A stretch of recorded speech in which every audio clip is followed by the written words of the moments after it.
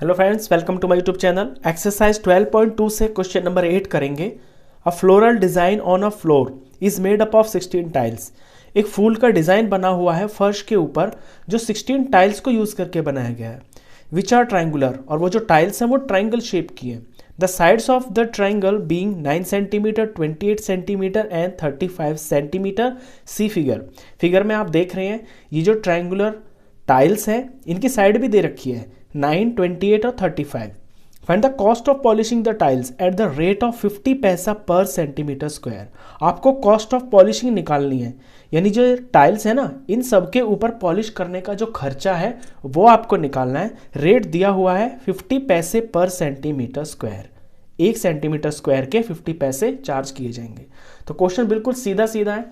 सबसे पहले हम हीरोज फॉर्मूला का यूज करके एक टाइल का एरिया निकाल लेंगे, फिर उसको 16 से मल्टीप्लाई कर देंगे तो पूरी जो 16 टाइल्स हैं इनका एरिया आ जाएगा।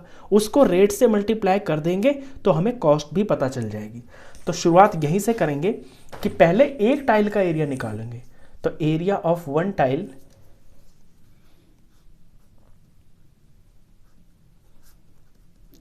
यूज करेंगे हम हीरोन्स फॉर्मूला। हीरोन्स फॉर्मूला होता है एस अंडर रूट में एस माइनस ए, एस माइनस बी और एस माइनस सी। अब यहां पर ये जो ए बी सी होती हैं ये तो होती हैं ट्राइंगल की साइड्स।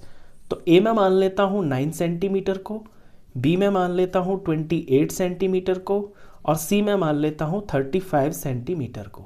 और ये जो एस होता है ये होता है सेमी पेरीमीटर। सेमी पेरीमीटर निकालने के लिए इसकी तीनों साइड्स का सम करके हाफ कर देंगे। तो 9 प्लस 28 प्लस 35 इसका हाफ करेंगे, ऊपर वैल्यू आएगी 72, इसका हाफ करेंगे तो 36 सेंटीमीटर। एस आ गया मेरा 36। फॉर्मूले में वैल्यू पुट करते हैं, एस की जगह 36 लेना है, एस माइनस ए यानी कि 36 माइनस 9, एस माइनस बी यानी 36 माइनस 28, एस माइनस सी यानी 36 माइनस 35। फर्दर सॉल्व करते हैं तो 36 एज इट इज रहेगा और 36 में से 9 माइनस करेंगे तो ये वैल्यू आएगी 27। 36 में से 28 माइनस करेंगे तो ये 8 आएगा और 36 में से 5 माइनस करेंगे तो ये 1 आएगा। अभी मुझे इनका निकालना है प्राइम फैक्टर्स। प्राइम फैक्टर्स निकालूंगा तो ही मेरा स्क्वायर रूट बनेगा। 36 के पीएफ निकालते हैं तो 36 2 से जा रहा है, ये 18 आ गया, 2 से जा रहा है 9 आ गया, ये 3 से जाएगा तो 3 आ गया, ये 3 से जाएगा तो 1 आ गया।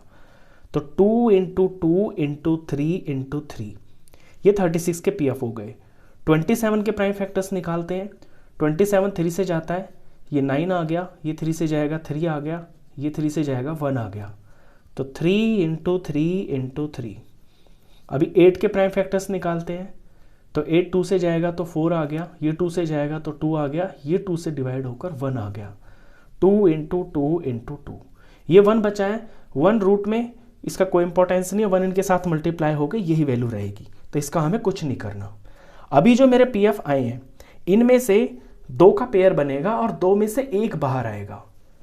तो मैंने देखा यहाँ पे ये 2 का पेयर बन रहा है, तो इन दोनों में से एक 2 बाहर आ गया। आगे और देखता हूँ, एक पेयर 2 का और बन रहा है, इन दोनों में से एक 2 बाहर आ गया। अभी ये एक 2 बच गया है, इसका पेयर तो नहीं बन रहा, तो ये अंडर रूट के अंदर ही रहेगा। अब 3 पे आते हैं, ये 3 का पेयर बन रहा है, इनमें से एक बाहर आ गया।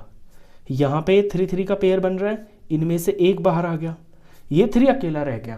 तो यहाँ पर अंडर रूट में एक 3 और एक 2 बच गए, इनका प्रोडक्ट करेंगे तो 3 2 6 हो गया, तो ये रूट के अंदर ही रहेगा 6।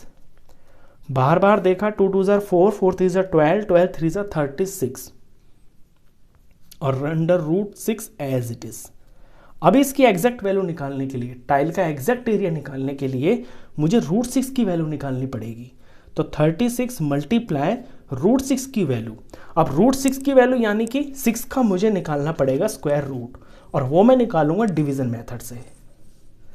तो जिन बच्चों को डिवीजन मेथड थोड़ा कम आता है वो ध्यान दें, इसमें आप सीख भी जाएंगे।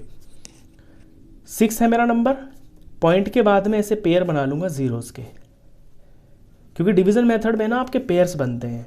पॉइंट से पहले मेरा एक ही नंबर है ना, तो ये एक ही पेयर माना जाएगा इसी नंबर को। यहाँ पे 2-2 के पेयर बनते हैं।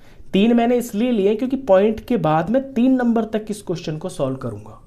अभी इसके नीचे 6 के नीचे मुझे एक स्क्वायर नंबर लिखना है, तो मैं देखता हूँ 1 1 जार 1 होता है, 2 2 जार 4 होता है, 3 3 जार 9 होता है। तो 9 तो इससे बड़ा हो गया, तो मेरी बात बनेगी 2 2 जार 4 पर। माइनस करता हूं तो 2 आ गया। ऊपर से अब जैसे डिवाइड में आप एक नंबर उतारते हैं ना, यहां पूरा एक पेयर उतारते हैं तो पूरे 2 0 उतर जाएंगे। और यहां जो ध्यान देने की बात है, इसमें 2 में 2 ही जुड़ जाएगा। ये वंस प्लेस पर है ना, तो जब 2 में 2 ही जुड़ेगा तो ये 4 आ जाएगा। अभी यहां क्या करते हैं कि यहां पर और यहां पर मुझे एक सेम नंबर लेना होता है। अब मुझे बनाना है 200 या इससे छोटा, तो मैं देखता हूं कि अगर मैं यहाँ 1 लेता हूं तो मैं 1 से मल्टीप्लाई करूंगा, यानी 41 1 जार 41। अगर 2 लेता हूं तो 42 को 2 से मल्टीप्लाई करूंगा तो वो 84 हो जाएगा।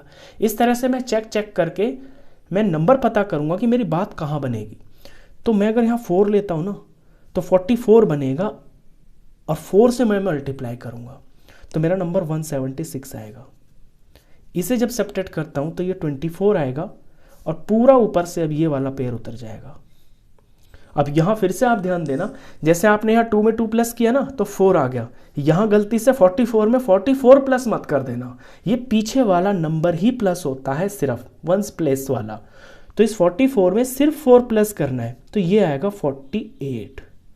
अभी मुझे यहां पर सेम नंबर चाहिए, मुझे बनाना है 2400 या इससे छोटा, तो मेरी बात 4 पे बनेगी। 484, 4 लगाने से 484 बन गया। अब ये मुझे 4 से ही मल्टीप्लाई करना है, तो 484 को 4 से मैं मल्टीप्लाई करूंगा तो ये वैल्यू आएगी 1936। माइनस करता हूं तो माइनस करने पर ये आएगा 464। अब ये पूरा पेयर उतारूंगा अगला वाला। अब यहां फिर से वही चीज आप ध्यान देना कि 484 में 484 नहीं प्लस करना, जो इसके वंस प्लेस पर है ना वो ही प्लस करना है। तो 484 में 4 प्लस करेंगे तो ये 488 आ गया। अब यहां पर और यहां पर आपको सेम नंबर चाहिए ताकि वैल्यू आपकी ये वाली आए या इससे छोटी आए, जैसे आप डिवीजन में ध्यान रखते हैं उसी तरह से। तो मेरी जो बात बन रही है ना यहाँ पे, वो 9 लगाने से बन रही है। 4889 को मैं 9 से जब मल्टीप्लाई करूंगा तो ये वैल्यू आएगी 44,000 और ये 1। बस यहीं तक मैं अपने क्वेश्चन को करूंगा।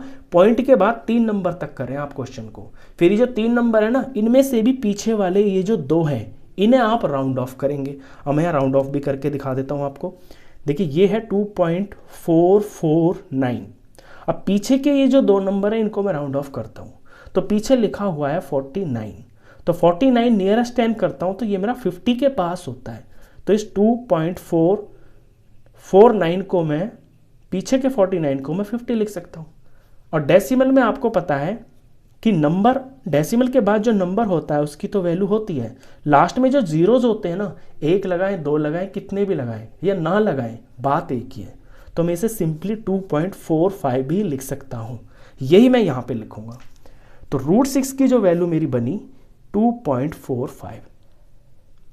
बस इसको 36 से मल्टीप्लाई करते ही ये वैल्यू आएगी 88.2 और ये सेंटीमीटर स्क्वायर।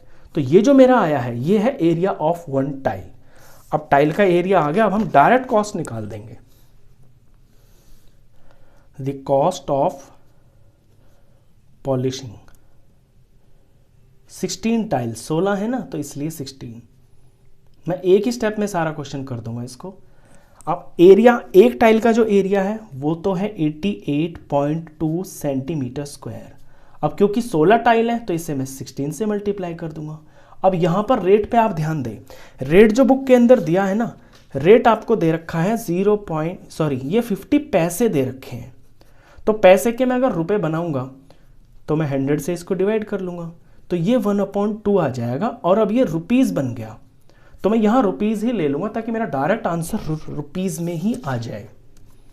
तो यहां ले लेता हूं मैं ₹½ और पर सेंटीमीटर स्क्वायर ये भी लिखा हुआ, तो ये भी आप लिखना, रेट को आप तरीके से लिखना। अब यहां सेंटीमीटर स्क्वायर से सेंटीमीटर स्क्वायर कट गया, ये जो 2 है ये 16 को पूरा काट देगा, 2 1 जार 2 8 जार। अभी सिर्फ आपके पास यहां ऊपर जो यूनिट बची है वो है रुपीज और नंबर में बचा है 88.2 मल्टीप्लाई 8, इसे आप मल्टीप्लाई कर लेंगे, ये वैल्यू आएगी आपकी 705.6 और यही आपका आंसर है। बुक में आप देख रहे होंगे कि पीछे जीरो भी लगा होगा, वो जीरो इसलिए लगा हुआ है क्योंकि पॉइंट के बाद ना आपके पैसे बोले जाते हैं। तो जब आपका रुपीज़ में आंसर आ रहा है, पॉइंट के बाद कोई एक नंबर है, तो वहाँ आप खाली जगह में जीरो लगा लें। या सिंपली ये पता चलता है कि ₹705.60, यही इसका आंसर है। तो क्वेश्चन खत्म। इस वीडियो में बस इतना ही। नेक्स्ट क्वेश्चन के लिए मिलते हैं फिर नेक्स्ट वीडियो में, तब तक के लिए गुड बाय।